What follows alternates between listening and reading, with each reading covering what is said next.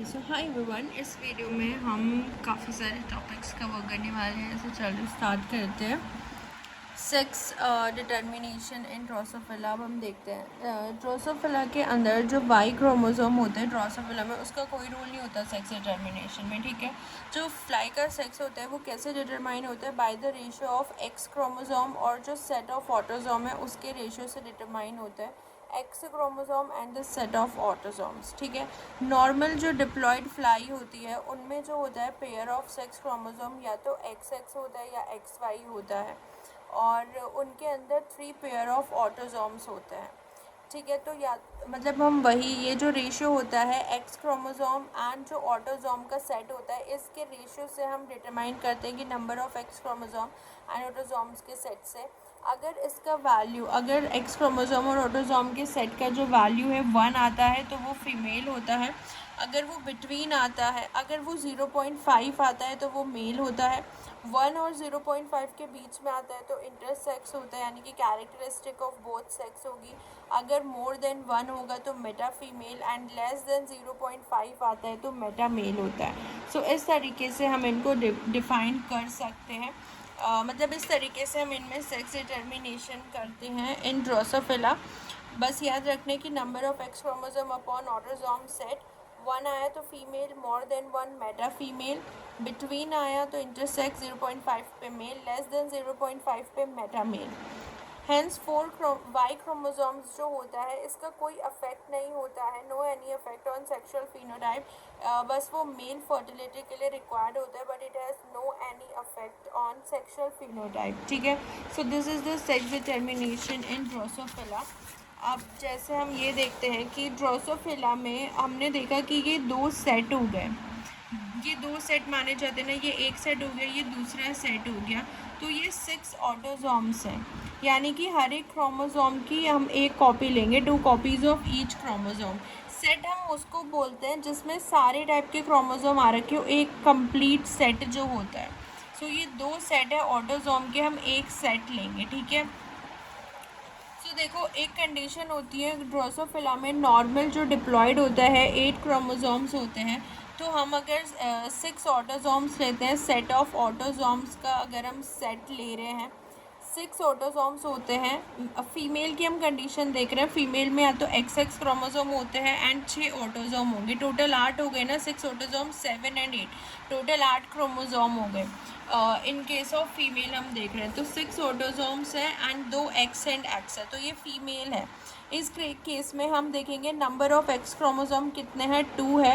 And set autosome का set अगर हम बनाएं तो 2 सेट बनेगा। ठीक है, एक ये सेट बनेगा 3 क्रोमोसोम का, एक ये सेट बनेगा। 6 ऑटोसोम है ना, तो इस तरीके से ही तो होंगे 6 ऑटोसोम। तो इसलिए हम देखेंगे कि 2 सेट होते हैं ऑटोसोम का, जो सेट होता है तो इसमें हम 1 आ जाते हैं, दैट इज़ वो फीमेल है। ऐसे मेल की कंडीशन में नंबर ऑफ एक्स क्रोमोसोम 1 है, 6 ऑटोसोम्स में सेट अगर हम देखें ऑटोसोम का सेट 2 है, तो ये हमारा 0.5 मेल आ जाएगा। ठीक है, तो इस तरीके से 0.5 अगर ये रेशियो का वैल्यू आता है तो मेल है, 1 आता है तो फीमेल है। सो इस तरीके से हम ड्रोसोफिला मेलानोगास्टर के अंदर जो है इनका सेक्स जो है वो डिटरमाइन कर सकते हैं। जैसे यहाँ पे क्रोमोसोम 8 है, set of autosome x upon set ratio निकालना इन फिनोटाइप। यहाँ पे इन्होंने दे दिया कि एक एक्स क्रोमोसोम है एंड 2 सेट दे रखे हैं ऑटोसोम के, 2 सेट है, तो ये मेल हो जाएगा 0.5। ऐसे ही जो भी गिवन है, मतलब क्वेश्चन में जैसे 2 एक्स क्रोमोसोम है तो 2 एंड 2 ऑटोसोम का सेट है तो 1 फीमेल आ गया। 0.75 ये 1 और 0.5 के बीच में है तो इंटरसेक्स हो गया, 0.5 मेल हो गया। 0.33 0.5 से भी कम आया है तो मेटा मेल हो गया, 1 से ज़्यादा आया है तो मेटा फीमेल हो गया। तो बस यही आपको याद रखना है कि कैसे डिटरमाइन करते हैं। अगर आपको ग्रास हॉपर में सेक्स डिटर्मिनेशन हम डिटरमाइन करते हैं, उसमें X X and X O system चलता है। इसमें फीमेल जो होती है वो होमोगैमेटिक होती है एक्स एक्स, एंड मेल हेट्रोगैमेटिक होता है एक्स एंड ओ। ओ का मतलब होता है यानी कि यहाँ पे कोई सेक्स क्रोमोसोम है ही नहीं, absence of sex chromosome. So x x जो है फीमेल हो गई होमोगैमेटिक, एंड हेट्रोगैमेटिक जो है वो मेल होता है एक्स एंड ओ। ओके, तो बर्ड्स में Z Z and Z W वाला सिस्टम चलता है, बर्ड्स में एंड मोथ्स में। तो फीमेल जो होती है वो ZW होती है, हेट्रोगैमेटिक होती है, एंड मेल ZZ होता है, होमोगैमेटिक होता है बर्ड्स में। Male is ZZ homogametic and female जो होती है वो ZW होती है, दैट इज़ हेट्रोगैमेटिक। अगर हम हनी बी की बात करें, सो हनी बी में सेक्स डिटर्मिनेशन हैप्लॉइडी एंड डिप्लॉइडी से डिटरमाइन होता है। हैप्लॉइड जो होता है मेल हैप्लॉइड होता है, क्योंकि as they are haploid so male develop from unfertilised egg. Male haploid होता है एंड फीमेल्स आर डिप्लॉइड। अगर फीमेल डिप्लॉइड है तो वो डेवलप्ड होती है from fertilised egg. Male haploid होता है, they are haploid so male develop from unfertilised egg. ठीक है, सो हनी बी का सेक्स डिटर्मिनेशन हो गया।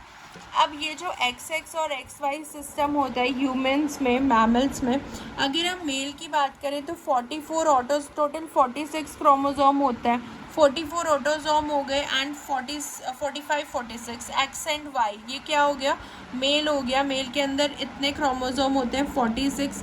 मियोसिस होता है, 2 गैमेट बनेंगे, 22 ऑटोसोम बनेंगे, हैप्लॉइड गैमेट होते हैं प्लस एक्स, या फिर एक 22 ऑटोसोम और वाई बनेगा, 2 टाइप ऑफ गैमेट बनेंगे। फीमेल से एक ही टाइप का गैमेट बनेगा A प्लस एक्स। तो अगर ये फ्यूज़ होता है तो फीमेल बनती है, ये वाला फ्यूज़ होता है तो मेल बनता है। सो हेट्रोगैमेट गैमेटिक होता है, मेल में हेट्रोगैमेटिक बनते हैं, फीमेल में एक ही टाइप का गैमेट बनता है। तो इस तरीके से मेल आ जाता है एंड फीमेल आ जाती है। ठीक है, इनका जब फ्यूजन होता है गैमेटिक का, gametes fusion. So process of sex determination in humans, जो वाई क्रोमोसोम होता है, एक तो वो छोटा भी होता है साइज में, वाई क्रोमोसोम के ऊपर एक SRY जीन होता है। SRY जीन कोड करता है टेस्टिस डिटरमाइनिंग फैक्टर के लिए। ठीक है, अगर XY का कॉम्बिनेशन होगा तो ये टेस्टिस डिटरमाइनिंग फैक्टर जो होता है ये कोड होता है। टेस्टिस डिटरमाइनिंग फैक्टर क्या करता है, जो गोनाड बन रहा होता है ना, एम्ब्रियोनिक गोनाड, उसमें मैड्यूला इंड्यूस कर देता है। इंड्यूस मैड्यूला इन एम्ब्रियोनिक गोनाड में मैड्यूला को इंड्यूस करेगा, जिसकी वजह से टेस्टिस का फॉर्मेशन हो जाता है। एंड टेस्टिस का फॉर्मेशन होते ही टेस्टिस बन गया तो वो मेल सेक्स हार्मोन प्रोड्यूस करेगा, दैट इज टेस्टोस्टेरॉन प्रोड्यूस करेगा। एंड टेस्टोस्टेरॉन क्या करता है, ये इनिशिएट कर देता है male development of male sexual characteristics. Male के जो सेक्सुअल कैरेक्टरिस्टिक्स हैं वो डेवलप्ड हो जाती हैं। अब XX अगर हम देखें, फीमेल के केस में वाई क्रोमोसोम नहीं है तो SRY जीन भी नहीं है और टेस्टिस डिटरमाइनिंग फैक्टर नहीं है। तो इसलिए अगर टेस्टिस डिटरमाइनिंग फैक्टर नहीं है तो एम्ब्रियोनिक गोनाड का जो कॉर्टेक्स होता है वो ओवरी फॉर्म कर लेता है, तो इसलिए इसमें टेस्टिस फॉर्म नहीं होता है। तो इसलिए ये फीमेल के कैरेक्टरिस्टिक्स जो है वो डेवलप्ड हो जाएगी, फीमेल ऑर्गन बन जाएगी जाइगोट से। ठीक है, अब जैसे कि ओवरी होते हैं and in the absence of testosterone the embryo develop, फिर वो फीमेल कैरेक्टरिस्टिक्स डेवलप कर लेता है। बहुत से केस में ऐसे होता है, अगर हम XX देखें तो ये XX मेल भी आ जाता है। X क्रोमोसोम पे अगर SRY जीन हो गया तो ये मेल हो जाएगा, टेस्टिस फॉर्म हो जाएगा, लेकिन XX रहेगा। अगर X और Y है तो ये तो नॉर्मल मेल होता है, X और Y पे SRY जीन है। अगर हम X और Y पे देख ले, अगर Y के ऊपर SRY जीन नहीं है तो ये XY होगा इसका कॉम्बिनेशन, बट वो फीमेल हो जाएगी। तो इस तरीके के भी हमें देखने को मिलता है, मतलब ये कंडीशंस हो सकती हैं। अब देखो, जो नॉर्मल मेल होता है उसके पास TFM जीन होता है। अब ये TFM जीन क्या होता है, जैसे XY की हम बात करते हैं तो Y के ऊपर SRY जीन हमने देखा जो टेस्टिस डिटरमाइनिंग फैक्टर बनाते हैं, वो टेस्टिस डेवलपमेंट कराएगा गोनाड से एंड टेस्टोस्टेरॉन बनने लगता है। ठीक है, और टेस्टोस्टेरॉन बनता है। अब ये जो X क्रोमोसोम होता है ना, X क्रोमोसोम पे TFM जीन होता है। ये जो TFM जीन होता है ना, ये टेस्टोस्टेरॉन का रिसेप्टर फॉर्म करता है। सो ये टेस्टोस्टेरॉन का रिसेप्टर जो है और इस टेस्टोस्टेरॉन का कॉम्प्लेक्स बन जाता है। सो टेस्टोस्टेरॉन रिसेप्टर कॉम्प्लेक्स बन जाता है। इसके बाद क्या होता है, TFM जीन ने इसका रिसेप्टर बनाया एंड मेल डिफ्रेंसिएशन के सिग्नल आने लगते हैं, यानी कि मेल के जो सेकेंडरी सेक्सुअल कैरेक्टरिस्टिक्स है वो डेवलप्ड हो जाते हैं TFM जीन की वजह से। अगर हम देखें कि एंड्रोजन इंसेंसिटिविटी सिंड्रोम एक ऐसा सिंड्रोम होता है जिसके अंदर क्या होता है, मेल के पास क्या होगा, TFM जीन में म्यूटेशन हो जाती है। अब आप देखो, अगर TFM जीन में म्यूटेशन हो गई तो टेस्टिकुलर फेमिनाइजेशन हो जाता है। इसको हम एंड्रोजन इनसेंसिटिविटी सिंड्रोम भी बोलते हैं। एंड्रोजन, हम मेल सेक्स हार्मोन को कलेक्टिवली एंड्रोजन बोल देते हैं। सो एंड्रोजन इनसेंसिटिविटी सिंड्रोम, इसकी वजह से क्या होता है, जैसे कि SRY है एंड ये जो हमारा एक्स क्रोमोसोम है, इस पर TFM जीन जो है ये म्यूटेट हो गया है, यानी कि ये फंक्शनल नहीं है, it is not functional and TFM gene जो है वो हमारा म्यूटेट हो गया है। इस केस में ये टेस्टिस बनाएगा, टेस्टोस्टेरोन बनाएगा, बट टेस्टोस्टेरोन का रिसेप्टर नहीं बनेगा क्योंकि TFM जीन नहीं है। तो कॉम्प्लेक्स फॉर्मेशन नहीं होगा, सिग्नल नहीं जाएगा मेन डिफ्रेंसिएशन के लिए एंड उसके पास फीमेल के सेकेंडरी सेक्सुअल कैरेक्टरिस्टिक डेवलप्ड हो जाते हैं। जैसे कि आप देखते हो कि कोई पर्सन है कि वो है तो मेल, मतलब बॉडी से हर तरीके से, लेकिन उसके जो कैरेक्टरिस्टिक्स होते हैं, उसका बिहेवियर जो होता है वो थोड़ा फीमेल फेमिनिन टाइप हो जाता है। तो ये इसी वजह से होता है कि वो जेनेटिक इश्यू होता है कि उनके अंदर वो जो जीन है वो म्यूटेट हो जाता है, या वो जीन जो है काम नहीं कर रहा होता है, जिसकी वजह से उनके अंदर वो मेल होते हुए भी उनके अंदर फीमेल के सेकेंडरी सेक्सुअल कैरेक्टरिस्टिक्स जो है वो डेवलप्ड हो जाते हैं। तो testicular feminization is a condition caused by X linked mutation. जो एक्स लिंक्ड जीन होता है, म्यूटेशन TFM जीन पे हो जाती है, कोई टेस्टोस्टेरोन का रिसेप्टर प्रोड्यूस नहीं होता है, इसको एंड्रोजन इनसेंसिटिविटी सिंड्रोम बोलते हैं। ठीक है, एंड ये आजकल बहुत देखने को मिलता है। So it is all genetic. ठीक है, उसके बाद हम आ जाते हैं लिम्ब रीजनरेशन, हमने देखा था। अब हम देखते हैं खाली रीजनरेशन वाला टॉपिक। ठीक है, तो सेक्स डिटर्मिनेशन हमने कवर कर लिया है एंड अब हम पढ़ने वाले हैं रीजनरेशन के बारे में। रीजनरेशन जो होता है in the post embryonic life when a tissue is damage, री इनिशिएशन ऑफ डेवलपमेंट ऑकर। अगर हम बात करें एम्ब्रियोनिक लाइफ के बाद अगर कोई टिश्यू डैमेज हो जाता है तो डेवलपमेंट वापस से होने लगती है। सो रीजनरेशन का मतलब यही होता है, रीएक्टिवेशन हो जाता है डेवलपमेंट का पोस्ट एम्ब्रियोनिक लाइफ में, टू रीस्टोर मिसिंग और डैमेज टिश्यू को वापस से लाने के लिए। तो 4 टाइप के रीजनरेशन हम पढ़ते हैं। स्टेम सेल मीडिएटेड होता है, एक एपिमॉर्फोसिस, मॉर्फोलेक्सिस एंड कंपेंसेटरी रीजनरेशन होता है। स्टेम सेल मीडिएटेड रीजनरेशन में जैसे हमारी जो ब्लड सेल्स होती हैं, haematopoietic stem cell bone marrow में जो होती है वहाँ पे हमारी स्टेम सेल्स होती है ना। और हम प्लेनेरिया फ्लैट फॉर्म का देखेंगे, उसमें भी स्टेम सेल्स इन्वॉल्व होती है। जो हेयर शाफ्ट है उनका रीग्रोथ होना वो भी स्टेम सेल मीडिएटेड होता है। तो ये सारी चीज़ें हम पढ़ेंगे। देन ये सब रीजनरेशन के ही प्रोसेस होते हैं, ये सब पोस्ट एम्ब्रियोनिक के बाद होते हैं। अगर कि कोई भी टिश्यू डैमेज हो जाता है तो उसको वापस से हम रीजनरेट कर सकें। जैसे आपको याद हो हमने लिम्ब रीजनरेशन नहीं, हमने लिम्ब रीजनरेशन देखा था। इन केस ऑफ लेंस इंडक्शन में हमने देखा था कि कैसे जो एम्फीबियंस के लेंस होते हैं वो वापस से फॉर्म हो जाते हैं ट्रांस डिफ्रेंसिएशन के थ्रू। ठीक है, तो चलो हम यहाँ पे पहले एग्जांपल देख लेते हैं। एपीमॉर्फोसिस का एग्जांपल हो जाता है एम्फीबियन का लिम्ब या लिजर्ड का लिम्ब जो देखते हैं। NUET जो लिम्ब और लेंस इंडक्शन, ये सब एपीमॉर्फोसिस में आ जाते हैं। एम्फीबियन का लिम्ब, लिजर्ड का लिम्ब, सैलमेंडर का लिम्ब और लेंस, ये सब हम देखते हैं। मॉर्फल एक्सिस में हम हाइड्रा का रीजनरेशन पढ़ते हैं मॉर्फल एक्सिस में। देन कंपेंसेटरी रीजनरेशन होता है, मैमेलियन लीवर में देखने को मिलता है। और जो जेब्रा फिश होती है उसका हॉर्ट जो होता है उसमें भी कंपेंसेटरी रीजनरेशन होता है। मॉर्फल एक्सिस होता है हाइड्रा रीजनरेशन, एग्जाम्पल इसका मॉर्फल एक्सिस। सो स्टेम सेल जनरेटेड रीजनरेशन हम प्लानेरिया में देखते हैं, फ्लैट वॉर्म में जो स्टेम सेल से रीजनरेशन होता है। स्टेम सेल्स जो इसमें इन्वॉल्व होती है वो सीनियोब्लास्ट होती है।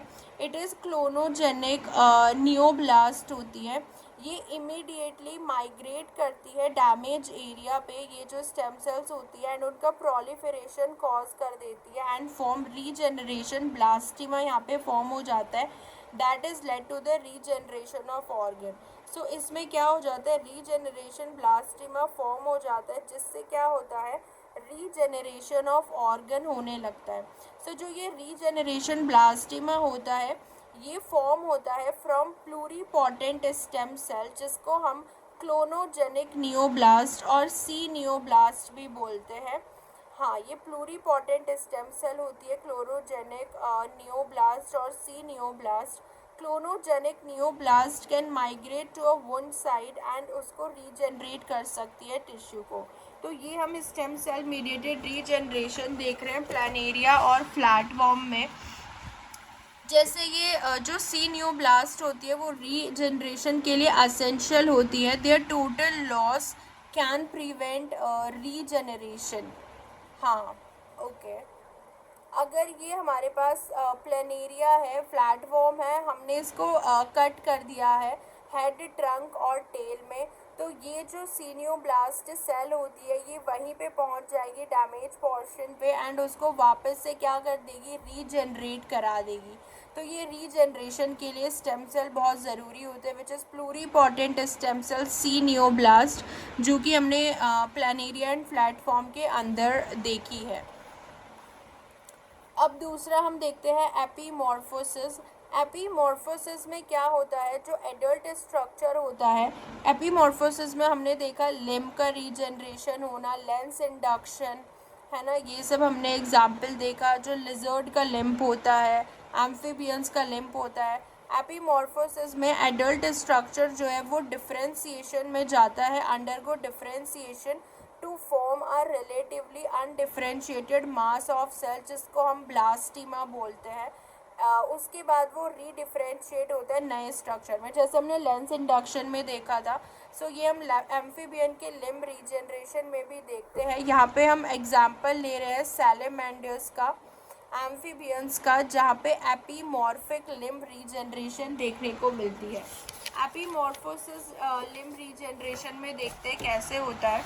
जब हम किसी भी सैलेमेंडर लिम्ब को एम्पुटेट करते हैं या कट करते हैं, तो उस केस में क्या होता है, जो एपिडर्मल सेल्स होती है ना फ्रॉम द रिमेनिंग स्ट्रक्चर, वो माइग्रेट करती है वुंड सरफेस को कवर करने के लिए एपिडर्मल सेल, एंड वो वुंड एपिडर्मिस बना लेती है। उसके बाद जो उसके नीचे सेल होती है वुंड एपिडर्मिस के नीचे, वो डी डिफ्रेंसिएशन में जाती है। Bone cells, cartilage cells, fibroblast, myocytes जो भी होती है वो डी डिफ्रेंसिएशन करेंगी, यानी कि वो अनडिफ्रेंशिएटेड सेल मास में कन्वर्ट हो जाएंगे, जिसको हम रीजनरेशन ब्लास्टिमा बोलते हैं। उसके बाद ये जो सेल्स होती है they continue to proliferate and that eventually वो प्रोलिफरेट करेंगी एंड वो रीडिफ्रेंशिएट हो जाती है नए स्ट्रक्चर में लिम्ब के।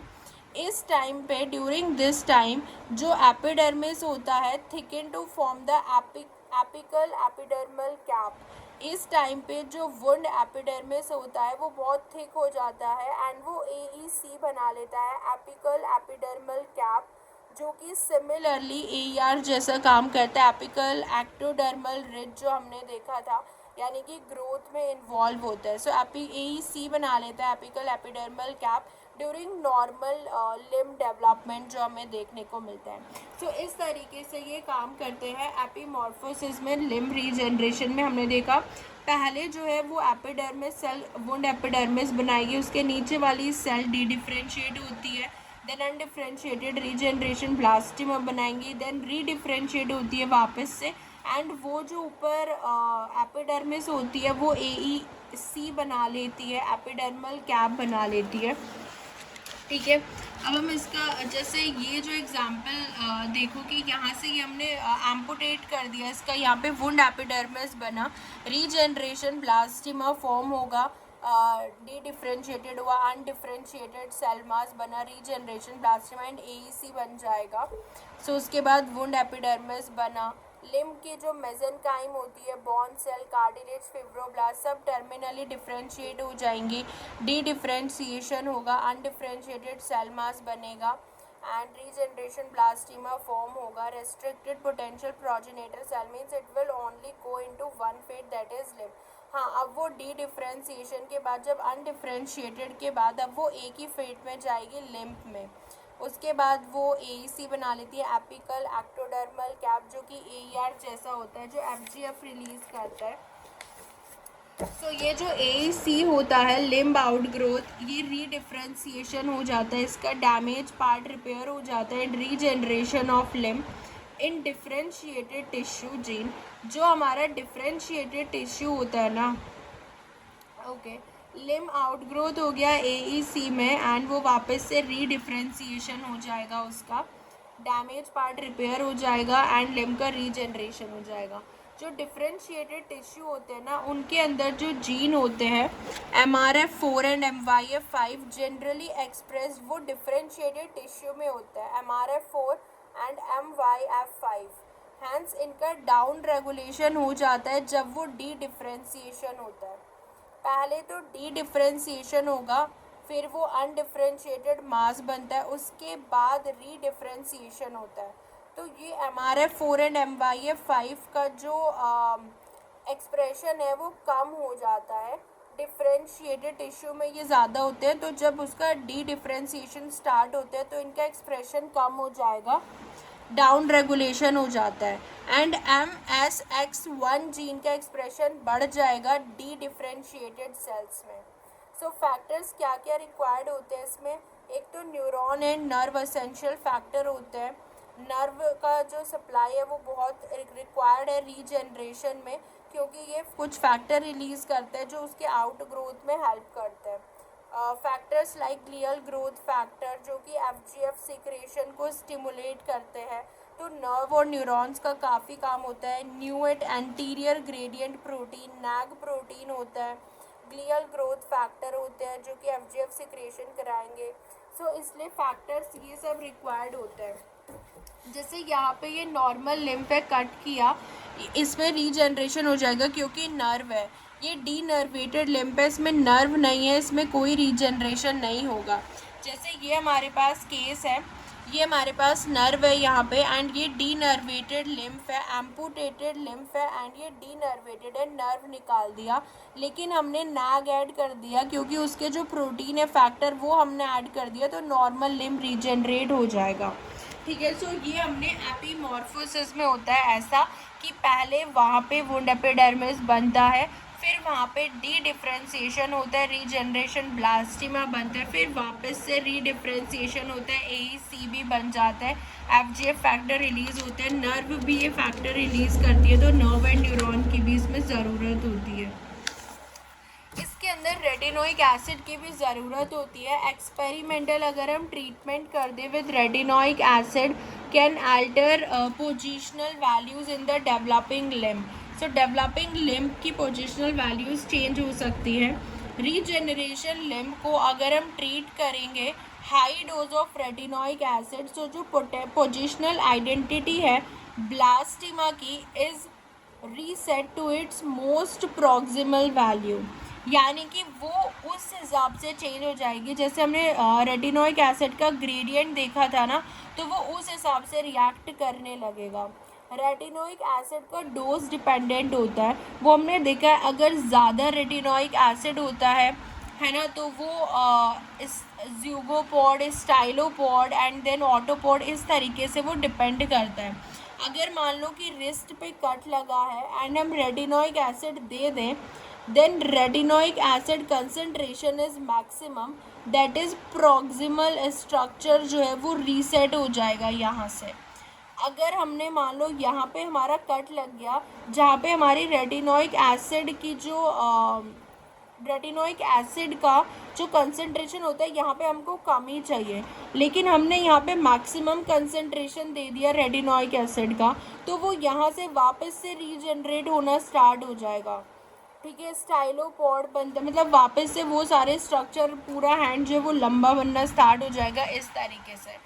तो रेटिनोइक एसिड का जो है वो डोज डिपेंडेंट होता है कि वो उसी हिसाब से हमें डोज देना चाहिए, it is dose dependent. So ये होता है role of retinoic acid in case of epimorphosis में। हमने एग्जांपल देखा जो लिम्ब रीजनरेशन होता है एम्फीबियंस में, लेजर्ड का लिम्फ होता है, सैलेमेंडर का लिम्फ होता है, एंड नर्व, न्यूरॉन, क्या क्या फैक्टर्स ज़रूरी होते हैं। सो ये था हमारा एपीमॉर्फोसिस। उसके बाद हम देखते हैं मॉर्फल एक्सिस। रीजेनरेशन जो रीपैटर्निंग के थ्रू हो रहा है, रीपैटर्निंग जहाँ भी देखने को मिल रहा है एग्जिस्टिंग टिश्यू का, सो लिटिल और नो न्यू ग्रोथ। यहाँ पे रीजेनरेशन मॉर्फल एक्सिस जो है ये हमें हाइड्रा में देखने को मिलता है। हाइड्रा में और तरीके के भी रीजेनरेशन होता है, बट मॉर्फल एक्सिस हमें मोस्टली हाइड्रा में लिखते हैं, तो इसलिए हम हाइड्रा में एग्जाम्पल लेते हैं। Such regeneration is seen in hydra. Regeneration जिसमें रीपैटर्निंग होती है, एग्जिस्टिंग टिश्यू का ही रीपैटर्निंग हो जाता है, वहाँ पे कोई नई ग्रोथ नहीं होती है। जैसे कि माउथ है एंड इसका ये टेंटेकल्स हो गए, ये हाइड्रा है, माउथ एंड टेंटेकल्स। तो अगर हम ये रिमूव कर देंगे इसके अगर हम इसको कट कर देंगे तो वहीं पे टेंटेकल्स स्टार्ट हो जाएंगे, मतलब वो ग्रोथ नहीं होगी, वहीं पे उसके टेंटेकल्स स्टार्ट हो जाएंगे। इसमें जो पाथवे यूज़ होता है WNT और बीटा कैटेनिन वाला पाथवे यूज़ होता है। वेरी लिटिल ग्रोथ इसमें होती है, रीपैटर्निंग होती है, ठीक है। सो इसके अंदर एपीमॉर्फोसिस होता है। अगर हम एपीमॉर्फोसिस में तो प्रॉपर ग्रोथ होती है, एपीमॉर्फोसिस में भी होता है प्रॉपर ग्रोथ। मॉर्फल एक्सिस भी होता है, यानी कि एग्जिस्टिंग पार्ट ही एडल्ट स्ट्रक्चर में कन्वर्ट हो जाता है। एपीमॉर्फोसिस में तो प्रॉपर ग्रोथ होती है, मॉर्फल एक्सिस में मतलब जो उसका पार्ट होता है वो ही कन्वर्ट हो जाता है। अगर हम देखें WNT और बीटा कैटेनिन में गेन ऑफ फंक्शन हो जाए, देखो WNT और बीटा कैटेनिन में गेन ऑफ फंक्शन हो जाए या फिर GSK का लॉस ऑफ फंक्शन हो जाए, बात वही है, GSK बीटा कैटेनिन को डिग्रेड करता है।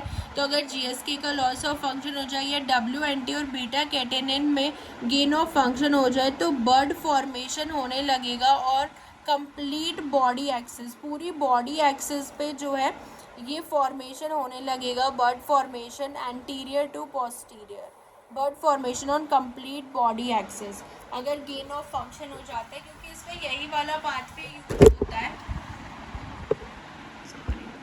WNT और बीटा कैटेनिन वाला पाथवे इसमें यूज होता है, ठीक है। उसके बाद हमारा लास्ट रीजनरेशन बचता है, दैट इज कंपेंसेटरी रीजनरेशन। इसमें क्या होता है, यहाँ पे डिफ्रेंशिएटेड सेल जो है वो डिवाइड करती है।